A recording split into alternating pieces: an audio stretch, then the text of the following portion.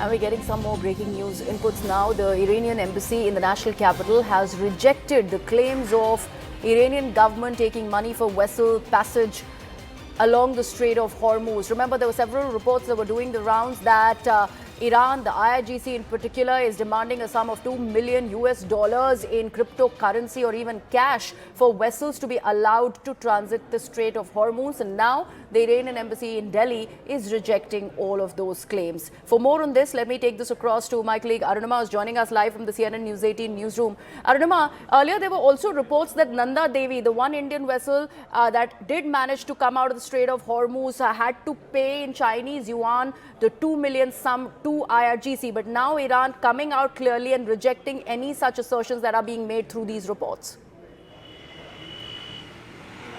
See, all kinds of, allegations have floated around, one of which was that Iran was asking for monetary compensation to the tune of $2 million. The others said that, there was a detour that the companies owning the tankers were being made to take through the Kishim area, and they were, stopped there for a while, their antecedents checked, and only after checking all of that was, Iran allowing them to pass through. But for the first time, we are hearing something officially from Iran on record amidst all those charges and counter charges. Iranian embassy here in New Delhi has rejected the claim that any extra money or monetary compensation is being asked for in return of ships being asked to ply in the Strait of Hormuz. Iran has also made it very clear that Strait of Hormuz is not closed.